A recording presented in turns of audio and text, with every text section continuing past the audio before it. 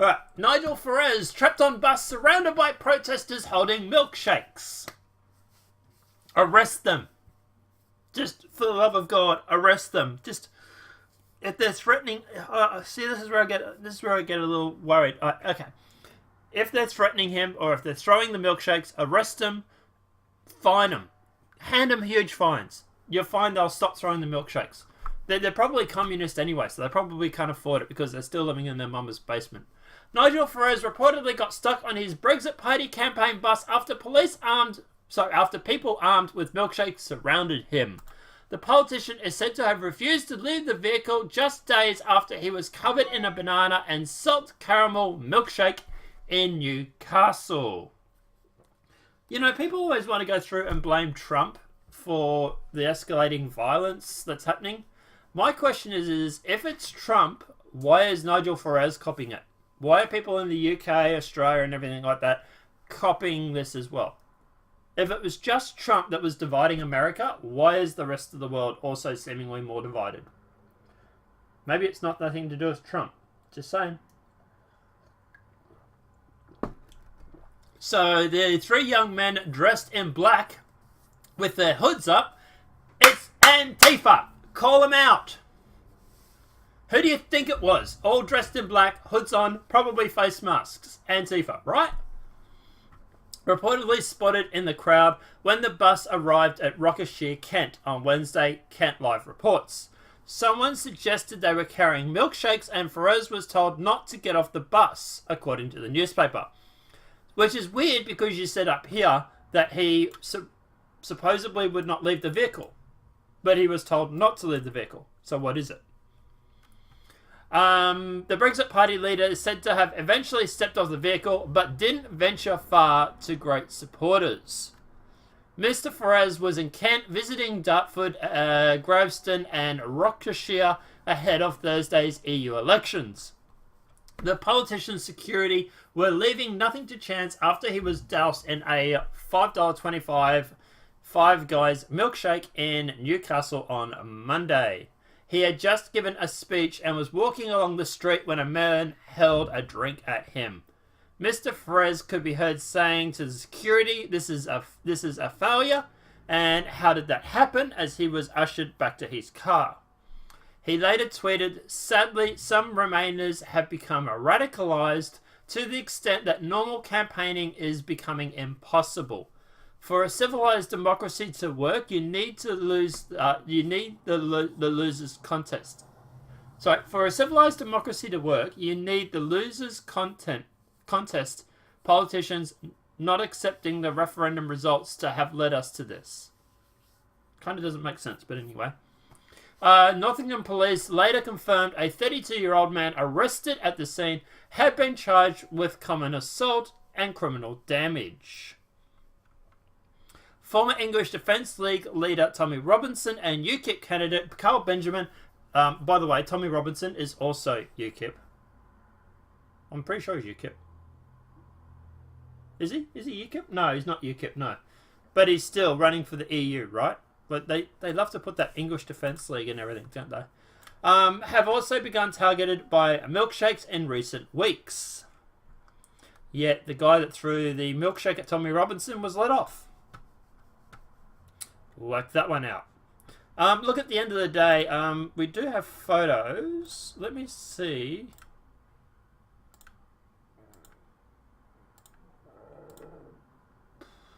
Doesn't show them, does it? I'm guessing it's Antifa. That's what I'm guessing it is.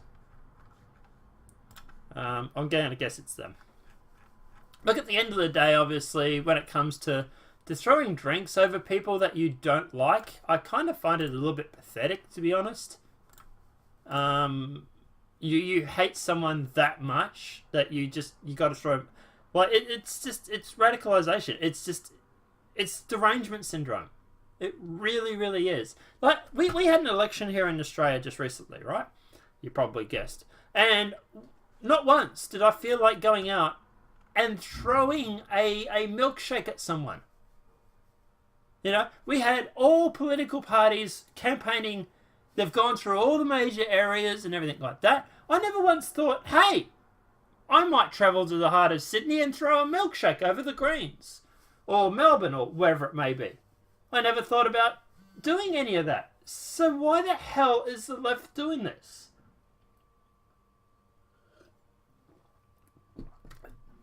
But I don't believe in individualism. I believe in tribalism. I think for myself on what's best for the tribe. Tech companies have turned people into two camps of extreme across the West. I think when it gets to that, people want to make the argument that the right is just as extreme as the left. I don't think it's a right versus left thing anymore. There, three guys. I think it's a postmodernism versus normal person sort of view. I think it's a case of the fact that it's these postmodernism people that just have lost it. They just can't handle someone having a bad idea, and I do believe that tech companies are somewhat responsible for that. At the end of the day, it's because they've become rabid animals. Yeah, they have. They literally have. That's the problem they have. But at the end of the day, I think at the end of the day that tech companies are not helping the situation when they go through and they force people to live in these echo chambers. Like, for example, Twitter and stuff like that. If you say anything wrong on Twitter, you get banned, right? So what's left on Twitter is a bunch of progressives. Like, even people that aren't even people that aren't conservative, or even alt-right, even people that aren't, even leftists, even normal left people, like Laura Chen, right? Who's roaming millennial. Well, she's more conservative, I suppose, but roaming millennial. Probably the darling of the internet, right? Hardly says anything wrong, right? Yet there's supposedly banning her from Facebook and all this sort of shit. And, they're watching all these conservatives and, what's going to be left on? It's red versus blue. Well, I don't think it's red versus blue because, Dave Rubin, for example, he's copying it. He's copying the censorship too. This is a gay person who, by all means, should be on it, and as far as he's still concerned, is still on the left. Actually, there was a really interesting video. I'll see if I can find it. But yeah, Dave Rubin. He just did an interview a couple of days ago. Here it is here.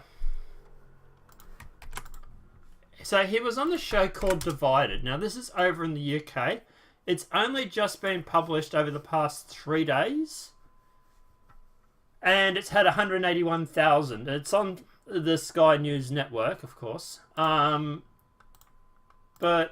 here it is here. Dave Rubin, lovely to see you. You're one of those guys that I've seen so much on a screen that it's refreshing, as you said before, to see you finally in 3 dimensions. 3 dimensions. I can be poked and touched, and I'm real, and this is why we've got the gap between us. This is why we've got the gap between us.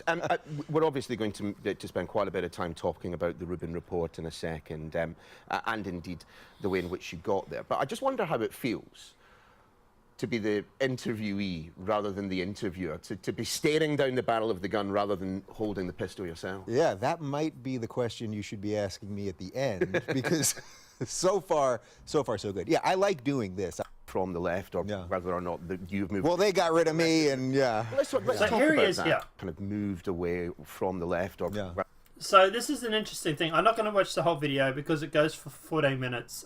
It's a really good video, guys. If you haven't checked it out, I will post the link now.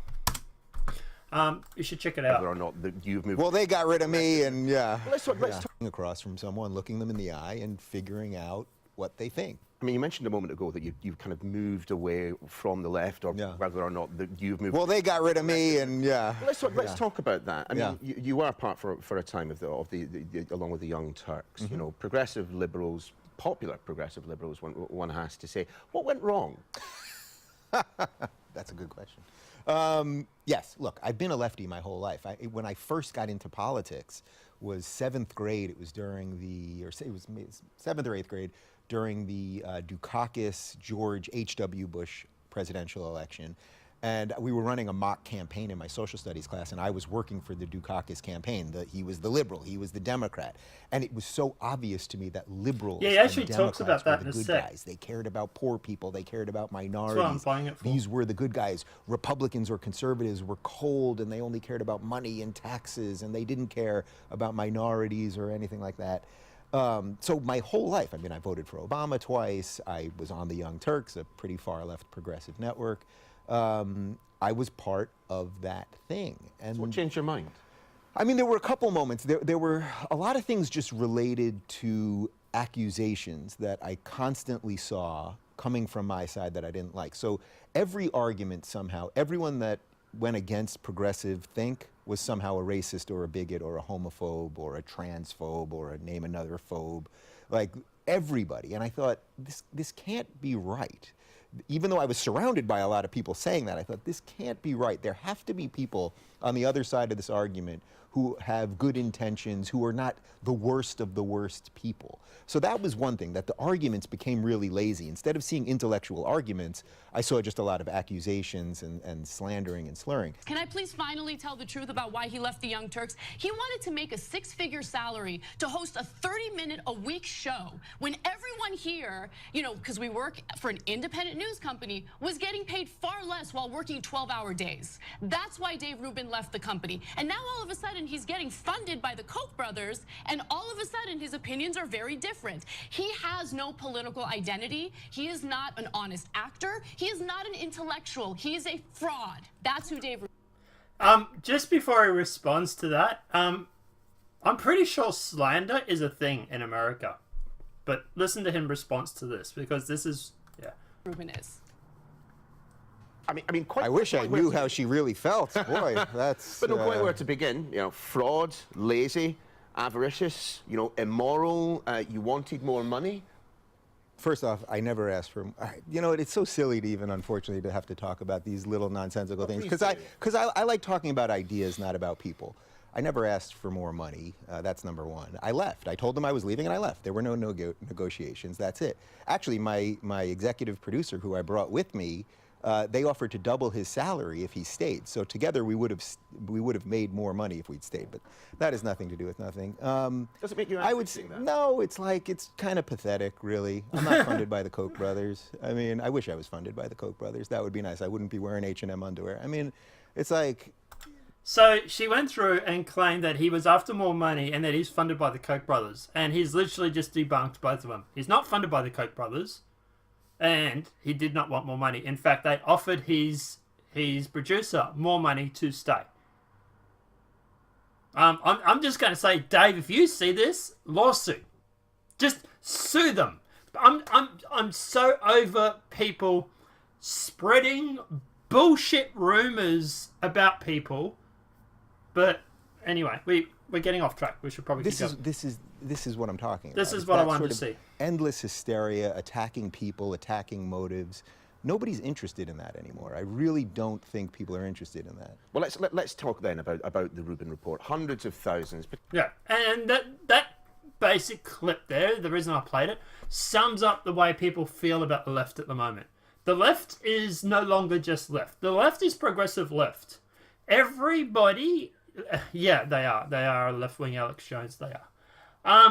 Although I think actually Alex Jones has more credibility than they do actually. But anyway, and that's really saying something because I reckon half of what Alex says is crap. But anyway, look, I props to Alex for doing what he does and being able to do a 4-hour live show every day. Build a network, build an empire that he has, been on syndicated radio. Look, Alex, dude, if you ever see this video, props to you. I think 50% of what Alex says is theatre, 50% is facts. But that 50% that he's saying, I think is more truthful than the Young Turks is putting out. Negativity rules all this way, post-info, tech, social media.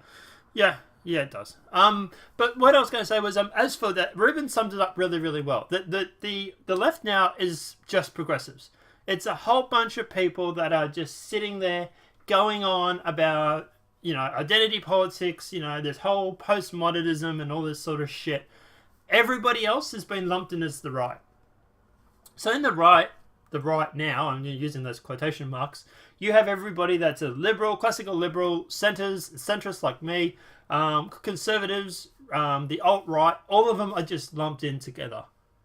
And we're all considered Republicans now. Like, I hated Bush, mainly because he was a warmonger and also because of what he stood for. And I always thought that the Republicans, like Dave said, I thought the Republicans were a joke. I literally had arguments with people debating them about how much of a joke Bush was. Who would have thought 10, 15, whatever years down the track that I would have been lumped in with the Republicans and the Conservatives? Like, you know, to me, the left was pro-free speech, you know, freedom of choice, you know, freedom of association, you know, guns, you know, just liberty of groups, liberty of decisions.